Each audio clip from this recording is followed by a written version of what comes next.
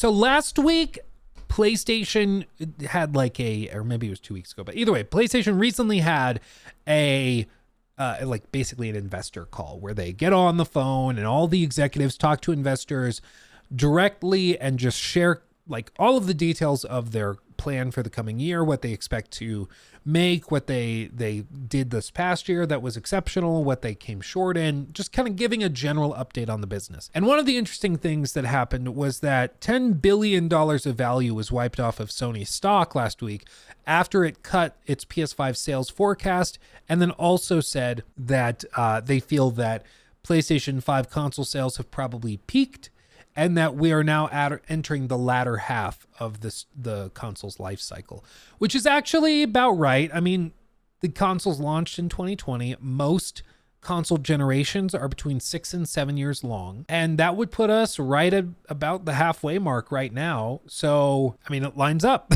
It lines up. Nobody should be that shocked, especially when rumors and speculation are coming out about a potential PS5 Pro, maybe a Switch 2. There's discussion of a bunch of other hardware. So not many people are going to go out and buy a second PS5 right now or swap consoles at this point, especially when this year Sony doesn't have any games that are planned from first-party studios that they could, for example, bundle in with the console. I know people are like, Final Fantasy VII Rebirth, that's coming out soon. Yes, again, it's not a first-party Sony game. They can't do the console bundles with it like they do with Spider-Man or other games that they've had. So it's just different.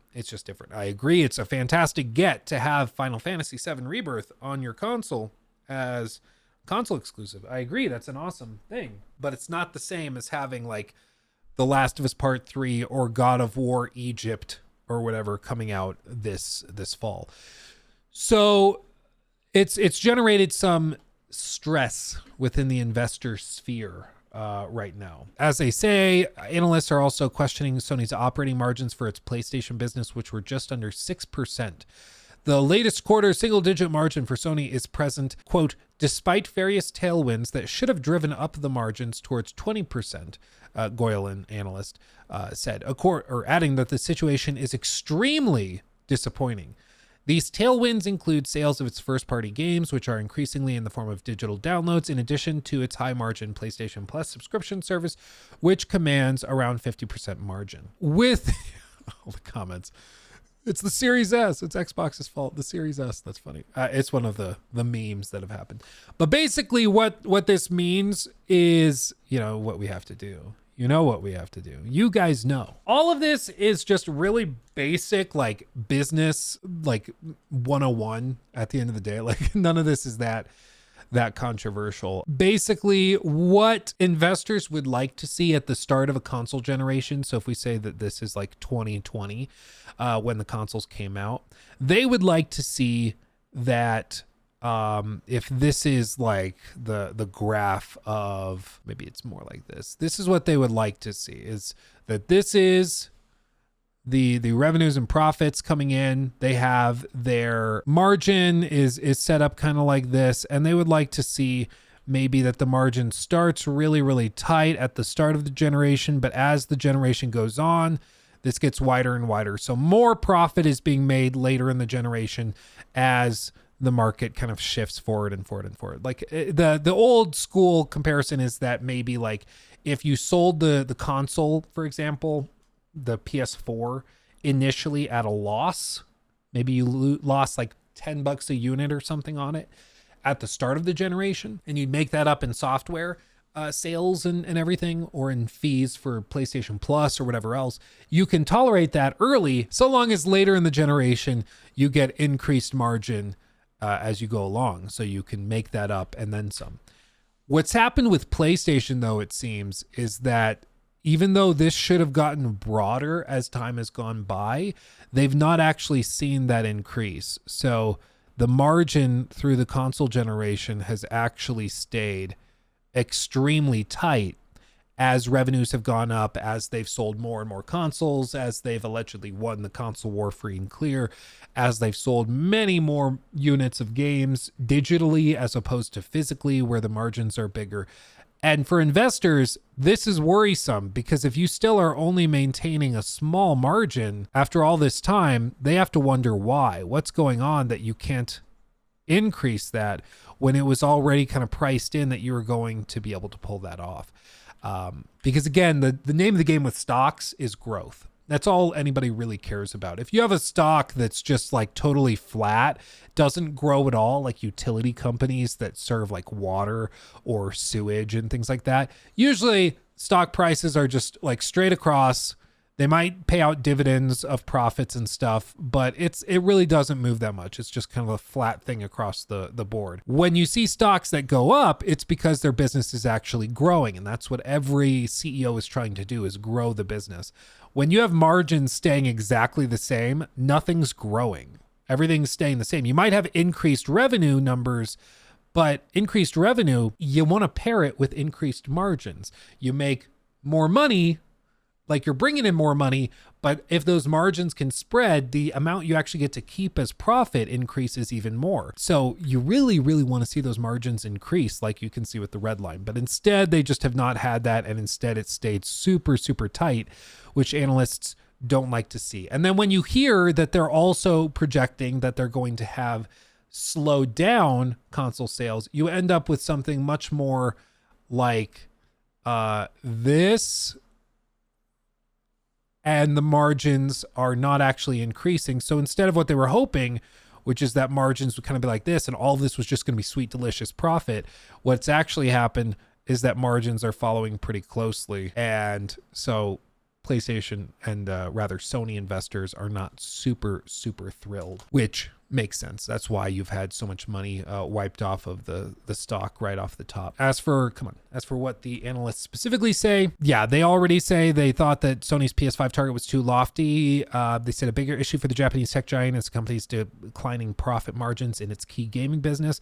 For PlayStation, or rather for Sony, PlayStation is a huge element of their business. They have a TV business. They have films, of course, that they make. They have cameras and things, but the gaming business is a huge part of it. And to see that they're struggling to increase margins, that's not what you want, especially because they are supposed to be at the very, very top of their game. They're supposed to be the leaders in the console business, and to see that they're struggling to increase margins sucks. While Microsoft has actually done a pretty good job at increasing margins through Game Pass, because Game Pass, I mean, again, the value is great for the player, but only when there's a steady drip of games that are expensive to produce. When you have like a 6-month period where no new big games are coming out, you're still paying $15 a month to Xbox and getting basically nothing for it, right? Like you're spending $90 over that period of time for nothing new. It's all digital copies of games. So all they're paying for is basically server infrastructure to allow you to download the game. But they just made $90 off of you for basically providing nothing else. In months where a game does come out, it's a great value because you get that game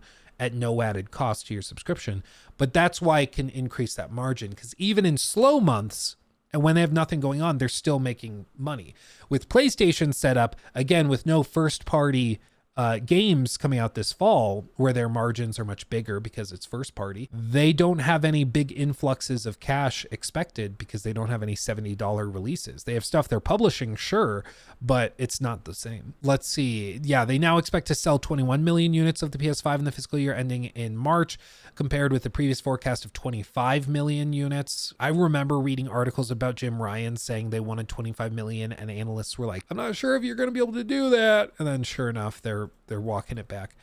Company shares fell after the announcement. Around $10 billion of 10 billion US dollars of value wiped off the stock's price since the forecasting cut. And this is what's particularly worrisome, is that the operating margin for the gaming business is dropping. So it came in just under 6% for the December quarter, according to CNBC calculation. By contrast, their margin was more than 9% the year before, which is the opposite of what it should be. That's not what you want. So, I mean, again, if we say it's like this, you might have, this is maybe an exaggeration because I don't know what it was like earlier. But if the margin was starting to widen in 21 and 22, it's now tightening up again. And you don't want to see that. You don't want to see that. This is when they should be seeing that widen even further, not getting even tighter and tighter. Their margins are at decade lows, and this is just not acceptable. This is one of those things that maybe could have pushed Jim Ryan out the door. You know, I know, again, this is like full transparency. This is Luke tinfoil hat, little conspiracy theories. You know, we're speculating. I know Jim Ryan officially said that he is retiring because he wanted to spend more time with his family. If I was welcome to resign, I would say the same thing. But I would not be shocked if some executives at Sony were looking at this and were like, I mean, you're down to 6% margin on this stuff. It's dropping when we're breaking like all these records and people are playing their PlayStations and loving it, and we're selling these massive games and it's going great. You're greenlighting live service games. Your margins are dropping, potentially as a direct result. I'm not sure exactly, you know, when they are writing off losses on development costs and stuff. But depending on when they do that on their sheets and in their books, it could be that you're seeing margins tighten up because more expenses are being tied into development costs of these live service games that aren't actually like going anywhere and that are just kind of spinning and spinning. Because the losses from trying to develop that Last of Us online game had to go somewhere, right? You don't get to just forget about that. That's added to your expenses, and that tightens up those margins. So wasting money on frivolous projects is another big part of this. And it seems like that could also be something that is complicating PlayStation's numbers. When, like they said, they should be edging towards 20%, and they're at decade lows, which is unbelievable. That's crazy. Serkan Toto, CEO and founder of Tokyo-based games consultancy Kanton Games, said he believes hardware production costs have actually come down since the PS5 is more than 3 years old and Sony would have better economies of scale by this time. Toto said that part of the reason why margins are being squeezed more recently is that software production costs have been rising. Spider-Man 2, which came out last year and is produced by Sony-owned Insomniac Games, cost around $300 million to make, according to gaming website Kotaku, citing an internal presentation that was leaked after a ransomware group hacked the company. So these budgets seem to have significantly impacted the gaming margin over time. I also think it's got to be that they are also wasting a lot of money on projects that are not actually going anywhere.